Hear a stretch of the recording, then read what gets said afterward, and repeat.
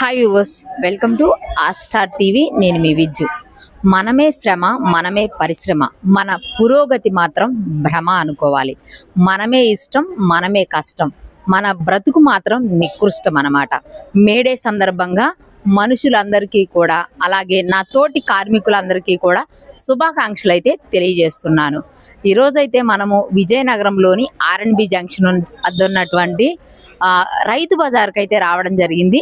ఇక్కడ అంతా ఈ రైతు బజార్ అంతా కూడా మహిళా కార్మికులతో అయితే కలకల్లాడిపోతుంది అని చెప్పవచ్చు అనమాట. ఒక్కసారిగా మహిళలమైనందుకు, ఇంత శ్రమ పడుతున్నందుకు సగర్వంగా మేడే రోజున అయితే వీళ్ళందరికీ సంబంధించినటువంటి ఒక స్టోరీ అయితే మేము ముందుకు తీసుకొస్తున్నాను. మరి వీళ్ళందరి జీవన విధానం ఎలా ఉంటుంది, వీళ్ళు ఏ విధంగా పోరాటం చేస్తున్నారు, మరి ఈరోజు ఈ వీడియో ద్వారా అయితే చూపించేస్తాను. పూర్తిగా చూసేయండి. మీ పేరు? నా పేరు ఆదిలక్ష్మి. ఆదిలక్ష్మి. ఏ ఊరండి? జొన్నాడ. జొన్నాడా. ఓకే. మీరు అంటే పొద్దున్నే ఎన్ని గంటలకు నిద్రలేదు? 4 గంటలు వేస్తాం. 4 గంటలకి. అంటే మీరు ఏమన్నా పండిస్తారా? పండిస్తాం. ఏమేంటి? చిక్కుడుకాయ, బెండకాయ. బెండకాయ. వాటిని ఎవరినైనా పెడతారా కూలీలని, లేకపోతే మీరేనా? మా పిల్లలు మేము చేస్తాం. మీరు చేసుకుంటారు. ఇక్కడ రైతు బజార్కి ఎన్నింటికి వస్తారు? 6కి వస్తాం. 6కి. వచ్చి ఎన్ని గంటల వరకు, అంటే ఇప్పుడు రద్దీ ఎన్ని గంటల వరకు ఉంటుంది? 7:30. 7:30 తర్వాత టిఫిన్ చేస్తారా? మరి వంట ఎప్పుడు చేస్తారు? ఇప్పుడు ఈ చిక్కుడుకాయలు ఇవన్నీ చేసుకుని వచ్చేస్తాం. ఏమేం చేస్తారు పొద్దున్నే? అంటే చాలా కసలు తుడుచుకోవడం, గిన్నెలు తోముకోవడం, పిల్లలు చూసుకోవడం, అన్నం వండుకోవడం, నీళ్ళు పట్టుకోవడం, బట్టలు ఉతుక్కోవడం ఇలాంటివి చేస్తాం. అన్ని చేస్తారు.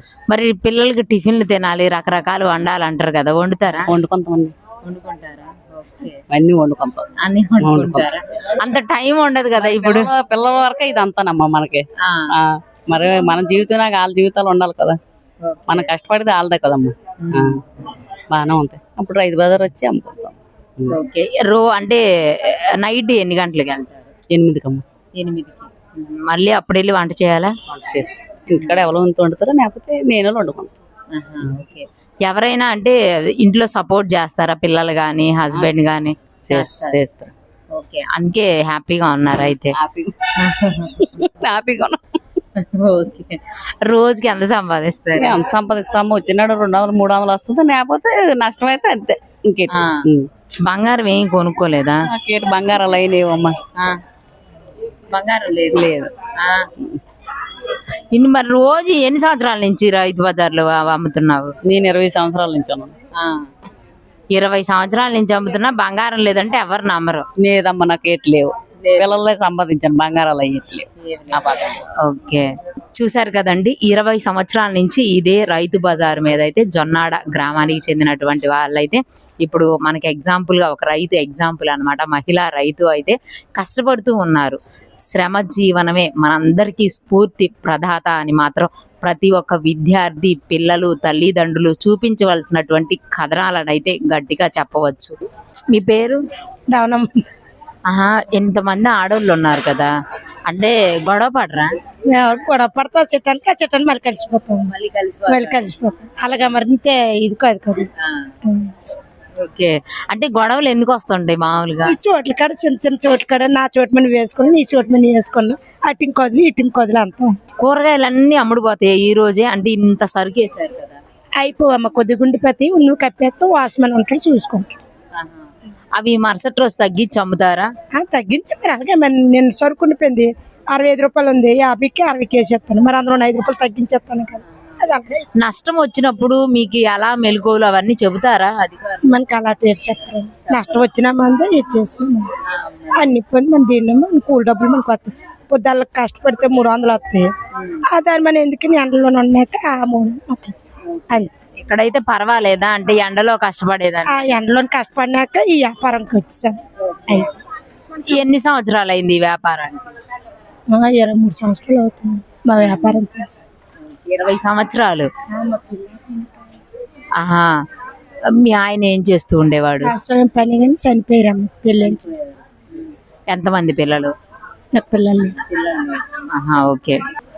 పెట్టుబడి ఎంత పెడతారు? ఒక 5,000 అమ్మా. 5,000 పెట్టుబడి పెట్టుకుంటాం.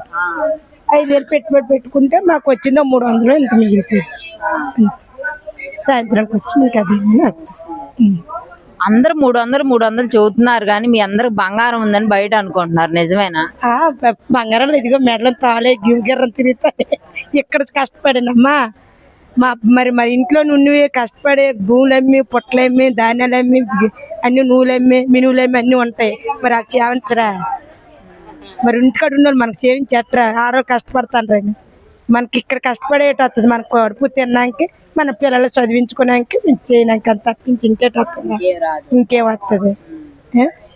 ఇంకంత తప్ప ఇంకేం మిగులుతుంది? 300తో 100 రూపాయలు ఛార్జీ తీసేయాలి. 100 రూపాయలు పిల్లలకి ఏదో టొట్టుకు వెళ్తాం. మన ఇంటికి వెళ్ళిపోతే 200 ఇంటికి కొట్టుకెళ్ళి వాళ్ళ చేతులు పెడతాం. ఇంకంత తప్ప మనకి ఏటి వస్తుందిరా? అదే నిజంగానే బంగారాలు మాకెలా వస్తాయమ్మా.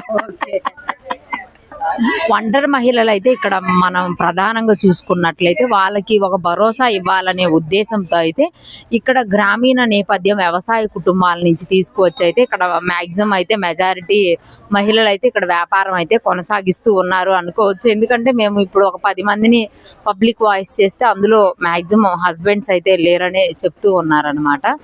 అంటే ఏదైనా కారణాలు కావచ్చు కానీ ఈ విధంగా వాళ్ళ మహిళలకు ఒక ప్రోత్సాహం ఇవ్వడము, ఈ విధంగా మేడే రోజున వీళ్ళందరినీ కూడా ఇంటర్వ్యూ చేయడం చాలా ఆనందకరంగా అయితే ఉందన్నమాట. సో మేడే రోజున మహిళా కార్మికులందరికీ కూడా శుభాకాంక్షలు తెలియజేస్తూ ఆర్ స్టార్ టీవీ విజయలక్ష్మి.